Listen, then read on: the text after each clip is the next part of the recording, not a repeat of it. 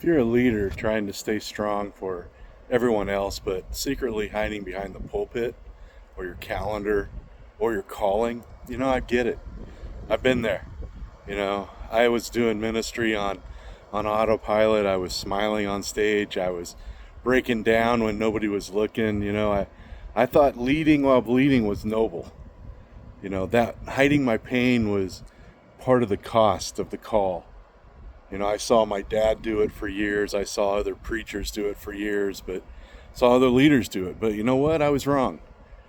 Peter Scazzaro, he calls it living as a divided self, outwardly active, inwardly breaking, but you're spiritually busy and emotionally bankrupt. Eventually something cracked, but I didn't quit ministry. I finally just quit performing.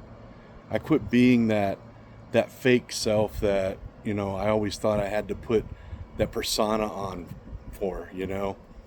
But as I started getting more into the emotional healthy spirituality book, I began to see myself differently.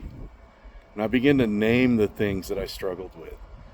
I began to realize that, there were reasons why things were happening. Things like my anger, my depression, my anxiety, it was something that's passed down, I saw my parents do and all of that kind of stuff. But, I began to see that I wasn't being with God. I was just doing for God.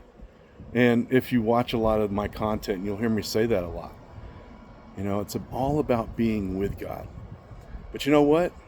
That's when I finally discovered the daily office.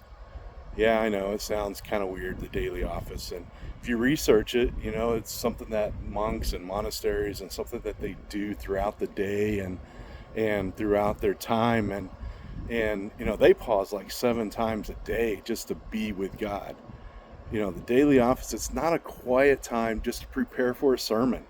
And most of the time when I would do my quiet time, it was because I was getting ready for a sermon or I was getting ready to preach or do something like that. But it became sacred space that it was just for me to be with God.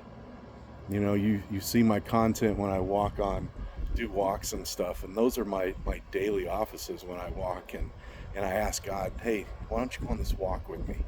I try to do at least 2 pauses a day, morning and evening. There's no agenda, there's no mask, it's just trying to sit in his presence and be with him. I started letting God into the parts of me that I'd always hidden. The sadness, the fear, the anger, the shame. Those things that as leaders we don't want to talk about because of what everybody else will look at us as and how we think that we should be looking or whatever.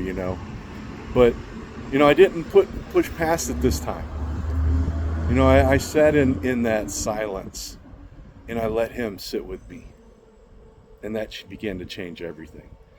See, it says in Psalms 34:18, it says, the Lord is close to the brokenhearted and saves those who are crushed in spirit.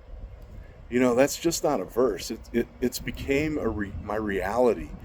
God asked me to lead stronger. He asked me to be honest. He works through our weaknesses. You see, when we're honest with ourselves and realize that we can't be everything and do everything, and we start asking God to join us on this journey, that's when he's going to show up. That's when he gets involved. That's when he's there.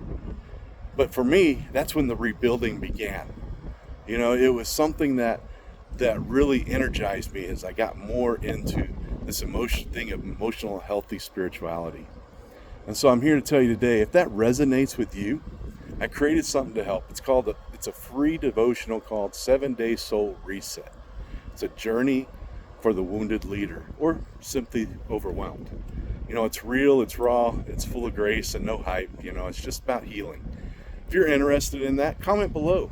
Drop your email in it and I'll send it right out to you. Because you're not too broken to lead, but maybe it's time to stop hiding and start healing.